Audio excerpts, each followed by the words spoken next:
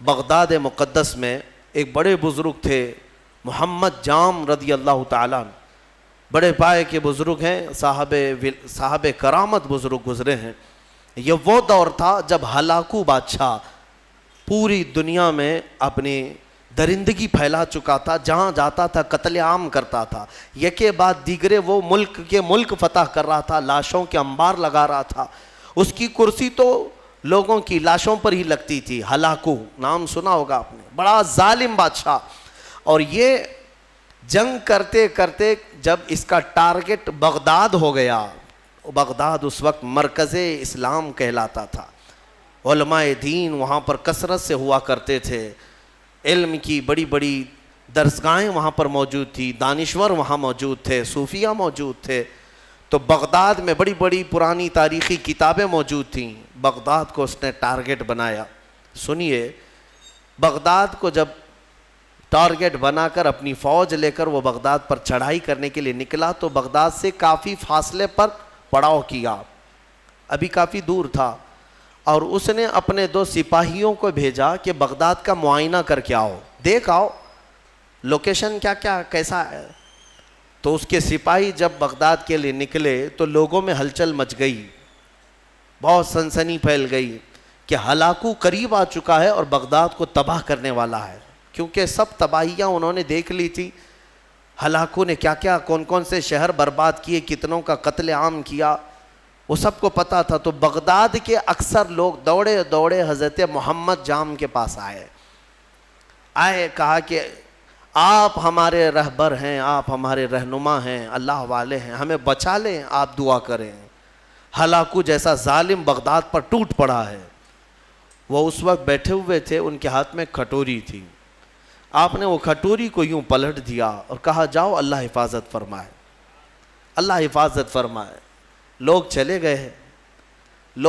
گئے، اللہ والوں کو اللہ تعالیٰ نے یہ اختیار دیا ہے، تصرف دیا ہے، اور ان کی اداؤں کو اللہ قبول بھی کرتا ہے۔ ہوا یہ کہ ہلاکو کے دونوں سپاہی پورے راستے بھر چھان مارتے رہے، ان کو بغداد نظر ہی نہیں آیا، وہ ڈھونڈتے رہ گئے، ان کو صرف میدان ہی میدان دکھتا تھا، کہیں بغداد دکھتا ہی نہیں تھا۔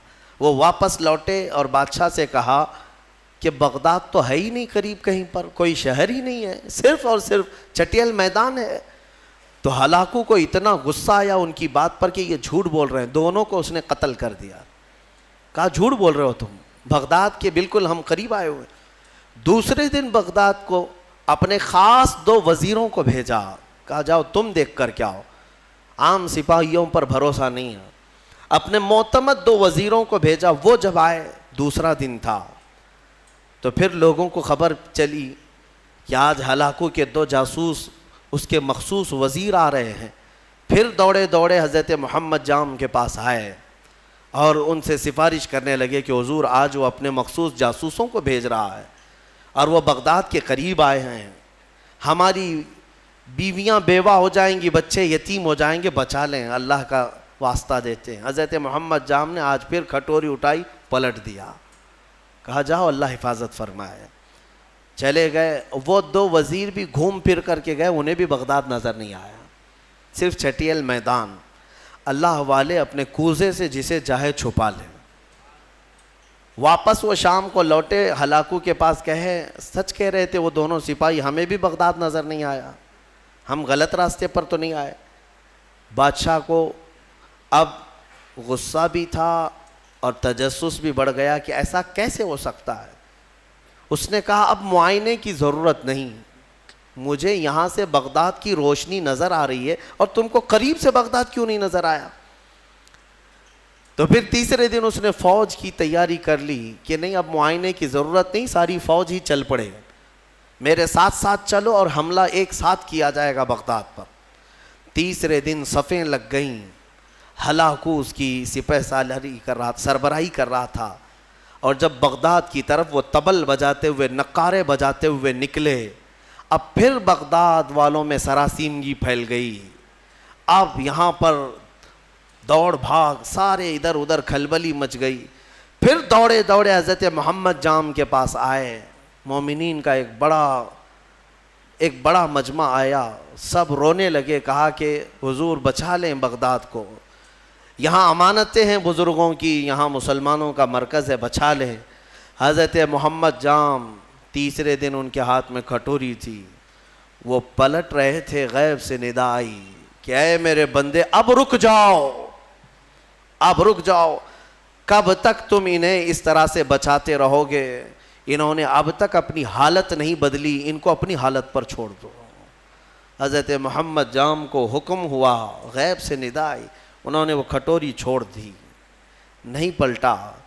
پھر اس کے بعد ہوا یہ کہ ہلاکو بغداد میں داخل ہو ہی گیا اپنی فوج کو لے کر، اور ایسی تباہی مچائی، ایسی تباہی، اللہ کی پناہ، 1 مہینے تک بغداد میں صرف چیخ ہی چیخ تھی، آوازیں ہی آوازیں تھیں، جس طرف سے گزرتے لاشوں کا انبار تھا، گھر بار جلائے جا چکے تھے، اسلامی ذخیرہ جو لائبریریاں تھیں وہ جلا کر راکھ کر دی گئیں، دریائے دجلہ کا پانی پورا خون سے لال ہو گیا تھا، اور گھوڑے دوڑتے تھے بغداد کی گلیوں میں تو مسلمانوں کے خون سے گھوڑوں کے ٹاپ بھیگ جاتے تھے، اتنا قتل عام کیا، مسجدیں تخت و طاقت و تاراج ہو گئیں، وہاں کی بلند و بالا پرشکو عمارتیں تباہ و برباد کر دی گئیں، علماء کو قیدی بنایا گیا، نہ جانے کتنی تباہی ہوئی، اس کا بیان کرنا بیان سے باہر ہے۔ میرے عزیزو، یہ تباہی تاریخ کی داستان بن گئی، آج بھی تاریخ اٹھاؤ گے تو ہلاکو کے بغداد کی تباہی کی داستانیں تمہیں بہت جلی حرفوں میں نظر آئیں گی، لیکن کہنا یہ چاہتا ہوں کہ اس تاریخ میں چھپا ہوا یہ واقعہ ہمیں جھنجھوڑتا ہے۔ اللہ والے بھی، اولیاء کرام بھی اس وقت تک بچاتے رہتے ہیں جب تک تمہارے سدھرنے کی امید ہو، پھر ایک وقت ایسا آتا ہے کہ مولا تعالیٰ خود منع کر دیتا ہے کہ اے میرے محبوب بندو، ان کی حفاظت بھی مت کرو، ان کو اپنے حال پر چھوڑ دو، ان کو اپنے حال پر چھوڑ دو، کہیں وہ نوبت نہ آنے پائے، وہ وقت آنے نہ پائے۔ اے غیور مسلمانوں، میں تمہیں بیدار کرتا ہوں، اسی لیے زمانے ماضی کے کچھ شاعروں نے یہ کہا تھا، جگہ جگہ کے تھک چکے ہیں تمہیں یہ ہنگامے، اٹھو نشاط لذت خواب گراں بدل ڈالو۔ ہاں، غلط روی سے منازل کا بعد بڑھتا ہے، مسافروں رویش کارواں بدل ڈالو، اٹھو وگرنہ حشر نہ ہوگا پھر کبھی، دوڑو کہ زمانہ چال اپنی چل گیا۔ آج تمہیں پتہ ہے تمہاری تباہی کے منصوبے، اس کے تانے بانے پورے بنے جا چکے ہیں، تمہارے خاتمے کی منصوبے مکمل کیے جا چکے ہیں، اور تم آپس میں یہاں گتھم گتھا ہو، تم یہاں پر اب تک اپنے تاش کے پتے چھوڑنے کو تیار نہیں، تمہارے شراب کی دکانیں بند نہیں ہو پاتی، تمہارے نشے کی عادتیں ختم نہیں ہو پاتی۔ کہاں گیا وہ غیور نوجوان؟ جب میرے آقا صلی اللہ تعالیٰ علیہ وسلم تنہا آواز دیتے تھے تو سہاگ رات چھوڑ کر کے حنظلہ جیسا جوان بھی میدان میں آتا تھا، اپنی آج کی دلہن کو چھوڑ کر نکل آتا تھا۔ کہاں گیا وہ ہمارا نوجوان؟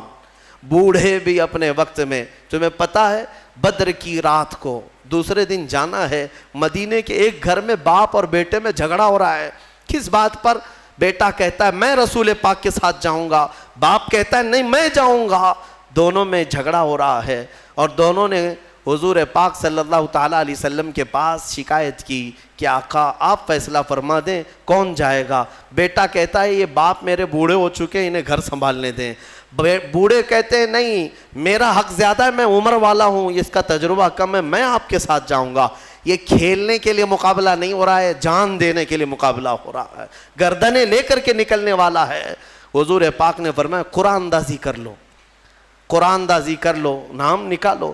قرآن اندازی کی گئی تو بیٹے کا نام نکلا، باپ نے کہا میں یہ قرآن نہیں مانوں گا، اور ایک بار قرآن کرو۔ دوبارہ قرآن اندازی کی گئی، پھر جوان بیٹے کا نام نکلا۔ میرے مصطفیٰ کریم صلی اللہ علیہ وسلم نے فرمایا اس بوڑھے صحابی سے، کہا آپ گھر بیٹھ جائیں، آپ کا یہ لال، آپ کا یہ جوان میرے ساتھ چلے گا۔ جانتے ہیں حضور کے اس فرمان کے بعد وہ بوڑھے صحابی دھاڑے مار کر رونے لگے، یا ویلا یا ویلا، اے اللہ یہ کتنی بری حالت ہے میری کہ میرے بڑھاپے نے مجھے مصطفیٰ سے دور کر دیا، اگر میں بوڑھا نہ ہوتا تو آج چلا گیا ہوتا۔ وہ جذبہ کہاں چلا گیا ہمارا، وہ جوش کہاں چلا گیا، وہ ولولہ کہاں گیا؟ تم بدلتے نہیں اور پوری دنیا میں بیٹھ کر تسبیح کے دانے گھما کر اور تم کہتے ہو اللہ کی رحمت آ جائے، اللہ کی مدد آ جائے۔ یاد رکھو یہ سنت کے خلاف ہے، سنت کے خلاف ہے۔ میں خود اپنے آپ پر کبھی کبھار کوستا ہوں کہ ہاں ٹھیک ہے، اللہ تعالیٰ نے ایک منبر دیا یا آواز دی تو میں جو بول سکتا ہوں بول رہا ہوں۔ مجھے اتنی امید ضرور ہے کہ ہماری زبان سے آواز نکلے گی، مولا کسی کے بھی دل کو بیدار ضرور کرے گا، بیدار تو ہوں گے۔ لیکن ساتھ میں مجھے اس بات کا افسوس ہوتا ہے کہ آج ہمارے حالات ایسے ہیں کہ کمرے میں بیٹھ کر ڈسکس کر رہے ہیں، واٹس ایپ پر بیٹھ کر چیٹنگ کر رہے ہیں، ایک جگہ کی دوسرے جگہ کی ویڈیو وائرل کرتے ہیں کہ دیکھو فلاں جگہ ایسی آتنک مچائی جا رہی ہے، ایسے کیا جا رہا ہے۔ یہ سارا کا سارا انتظام تو تم واٹس ایپ پہ کر رہے ہو، تمہاری ساری تیاری تو صرف فیس بک پہ ہے، باقی باہر نکلو تو دیکھو نہ چہرے سے تمہیں غلام مصطفیٰ کوئی کہنے کو تیار ہے، نہ تمہارے لباس سے کوئی تمہیں غلام مصطفیٰ کہنے کو تیار ہے، نہ تمہاری زبان سے، نہ تمہارے اخلاق سے، نہ تمہارے معاملات سے۔ غلام مصطفیٰ وہ ہوتا تھا کہ وہ راستے پر چلے تو اس کا رعب ایسا طاری ہوتا ہے کہ اچھے اچھوں کی آنکھیں نیچے گر جائیں، آنکھیں نیچے ہو جائیں۔ نبی اکرم صلی اللہ تعالیٰ علیہ وسلم کی غلامی کو تم ہلکا سمجھتے ہو؟ بدلو میرے عزیزو، قرآن سچ کہہ رہا ہے ان اللہ لا یغیر ما بقوم حتی یغیروا ما بانفسہم، بے شک اللہ تعالیٰ اس وقت تک کسی قوم کی حالت نہیں بدلتا جب تک اس قوم کو خود اپنی حالت بدلنے کی فکر نہ ہو۔ اسی لیے اقبال نے کہا تھا قوت فکر و عمل پہلے فنا ہوتی ہے، پھر کسی قوم کی شوکت پہ زوال آتا ہے، پھر کسی قوم کی شوکت پہ زوال آتا ہے۔ ہماری شوکت، ہماری شان، ہماری بان پر جو آج زوال آیا ہے اس سے پہلے ہمارے سوچ و بچار اور ہمارے عمل کی قوت فنا ہو گئی ہے۔ ہاں سب کچھ ختم کر کے اب ہم یہ زوال کے دن دیکھ رہے ہیں۔ بہت تیزی سے دن بدلے ہیں میرے عزیزو، ہماری آنکھوں کے سامنے بدلے ہیں۔ میں یہ نہیں کہہ رہا بدل رہے ہیں، بدل چکے ہیں۔ آج سے صرف 10 سال پہلے جاؤ، آج سے صرف 5 سال پیچھے بھی جاؤ، جو حالات تھے وہ آج بہت تیزی سے بدل چکے ہیں، اور پھر اگلے جو آئیں گے اتنے عرصہ بھی تمہیں مہلت نہیں دی جائے گی۔ دشمن گھات لگا کر اپنی کمین گاہوں سے تمہاری طاق میں ہے۔ اسی لیے میں نے کل بھی ایک جملہ کہا تھا کہ نشیمن سے دھواں اٹھتا ہے اور تم کہتے ہو ساون ہے، گھر میں آگ لگی ہے اور دھواں نکل رہا ہے اور تم کہہ رہے ہو ساون کا موسم چل رہا ہے۔ میرے عزیز بچوں، آج یہ گلی ڈنڈے کا وقت بھی نہیں، کرکٹ اور ہاکی اور فٹ بال کا وقت بھی نہیں ہے تمہارے پاس۔ تمہارے ہاتھوں میں قرآن عظیم آ جانا چاہیے، تمہاری زبانوں پر اب نغمات مصطفیٰ آ جانا چاہیے۔ تم پوچھو گے اس سے ہوگا کیا؟ تمہیں پتہ نہیں کیا ہوگا، تمہیں اندازہ بھی نہیں ہے۔ قرآن کی ایک آیت اگر مولا پہاڑوں پر نازل کرے تو وہ ریزہ ریزہ ہو جائیں گے، وہ ریزہ ریزہ ہو جائیں گے۔ کیا قرآن پر یقین نہیں ہے تمہیں؟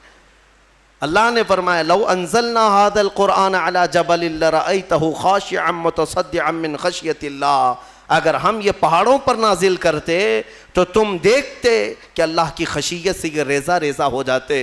آج تمہارے ہاتھوں میں اگر قرآن آ جائے اور تمہارے سینے میں بس جائے، پھر دیکھنا قرآن کی اس طاقت کو لے کر جس راہ سے گزرو گے دشمن ریزہ ریزہ ضرور ہوں گے، ضرور ہوں گے۔ آج تمہارے پاس جو طاقت ہے، قوت ہے، وہ قرآن ہے اور عشق مصطفیٰ ہے، اور عشق مصطفیٰ نعروں سے نہیں۔ ہاں آپ یہی کہیں گے کہ ہم تو عاشقان مصطفیٰ ہیں، ہم میلاد بھی مناتے ہیں، نعتیں بھی پڑھتے ہیں، نعرے بھی لگاتے ہیں سب۔ اگر نعرے لگانا اور نعت مصطفیٰ پڑھنا ہی عشق مصطفیٰ کی علامت ہوتی تو نہ بدر ہوتی، نہ احد ہوتا، نہ خندق ہوتی، نہ حنین، کچھ نہیں ہوتا۔ سب صحابہ بیٹھ کر مسجد نبوی میں ہی نعرے لگاتے، سب دشمن فنا ہو جاتے۔ ایسا نہیں ہے، پہلے میدان میں اپنے عمل کے ساتھ اترو، اپنے عمل کے ساتھ اترو۔ ہاں تم حضور پاک صلی اللہ تعالیٰ علیہ وسلم کے عاشق ہو تو عمل کے ساتھ آؤ، تم اپنے آپ کو بدلو۔